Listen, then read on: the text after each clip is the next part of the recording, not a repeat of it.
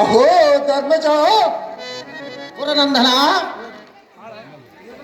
ಅಹೋ ಚಾತುರ್ಯವರ ಗಾಂಭೀರ್ಯನಾದ ಧರ್ಮರಾಯನೇ, ಎಲ್ಲ ದುರ್ಯೋಧನ ನಿರ್ಮಲವಾಗಿ ಧಾರ್ಮಿಕನೆಂದು ಹೆಸರು ಪಡೆದು ಉರಿವಿಯೋ ಗವಿಷ್ಠರಾಗಿ ಶ್ರೇಷ್ಠರೆಂದು ಮೆರೆದು ನಿಮ್ಮ ಸಿರಿ ಸಂಪದವೋ ನಿಮ್ಮ ಸಿರಿ ಸಾಮ್ರಾಜ್ಯವು ಎನ್ನ ವಶವಾಯಿತು.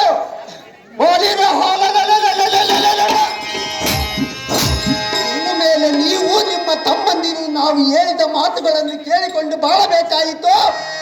ಎನ್ನ ಛಲವು ತೀರಿತು. ಹೀಗಾಯಿತು ಧರ್ಮರಾಯನೇ. ಎಲ್ಲ ಪುರನಂದನ, ಓ ಧರ್ಮಜ, ಹೇಳುವುದು ಕೇಳು. ಚೆನ್ನಾಗಿ ಹೇಳು.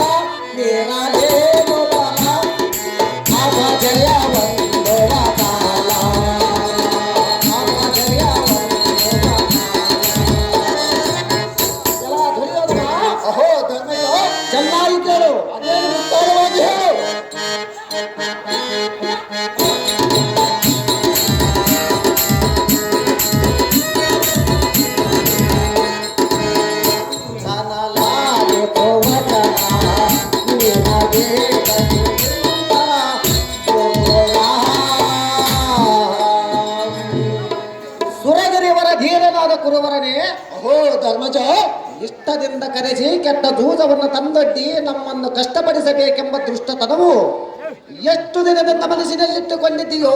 ಬಹಳ ದಿನದಿಂದ ಇಟ್ಟುಕೊಂಡಿದ್ದೇನೆ ಧರ್ಮರಾಯನೇ. ದುರ್ಯೋಧನ, ಅಹೋ ಧರ್ಮಜ, ನಿರ್ಮಲ ಚಿತ್ತನಾದ ಎನ್ನಗೆ ದುಷ್ಕರ್ಮವನ್ನು ನಿರ್ಮಿಸಿ ಅಧರ್ಮವನ್ನು ಮಾಡಿದೆ. ಇಲ್ಲಂದವರಾರು ಎಲ್ಲ ದುರ್ಯೋಧನ. ಅಹೋ ಧರ್ಮಜ, ಆದರೆ ಇದಕ್ಕೊಂದು ನೀತಿ ಹೇಳುವೆನು, ಚೆನ್ನಾಗಿ ಕೇಳು. ಅದೇನು ವಿಸ್ತಾರವಾಗಿ ಹೇಳು. ಸರ್ಪವು ಒಂದು ಸಾರಿಗೆ 3 ಮಕ್ಕಳನ್ನು ಪಡೆಯುವುದು, ಹುಲಿಯು ಒಂದು ಸಾರಿಗೆ 5 ಮಕ್ಕಳನ್ನು ಪಡೆಯುವುದು, ಸಿಂಹವು ಒಂದು ಸಾರಿಗೆ 3 ಮಕ್ಕಳನ್ನೇ ಪಡೆಯುವುದು. ಆದರೆ ತನ್ನ ವಂಶವೇ ನಾಶ ಮಾಡಿಕೊಳ್ಳುವುದು. ಎಲ್ಲ ದುರ್ಯೋಧನ.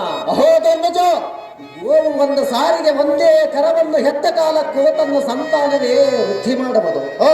ಇದರಂತೆ ನಿಮ್ಮ ಅಧರ್ಮವು ವ್ಯರ್ಥವಾಗಿ ಹೋಗುವುದು.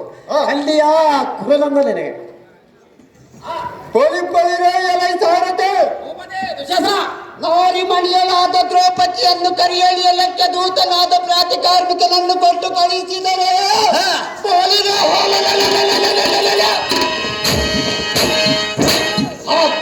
ದ್ರೌಪದಿಯು ಬರುವುದಿಲ್ಲವೆಂದು ಹೇಳಿದಳಂತೆ. ಅರೆ ಆದ ಕಾರಣ ಉಗ್ರತರ ತೇಜಸ್ವಿ ವಿಗ್ರಹನಾದ ದುಶ್ಯಾಸನನ್ನು ಈ ಸಭೆಗೆ ಕರೆತಾರು ಸಾರದೆ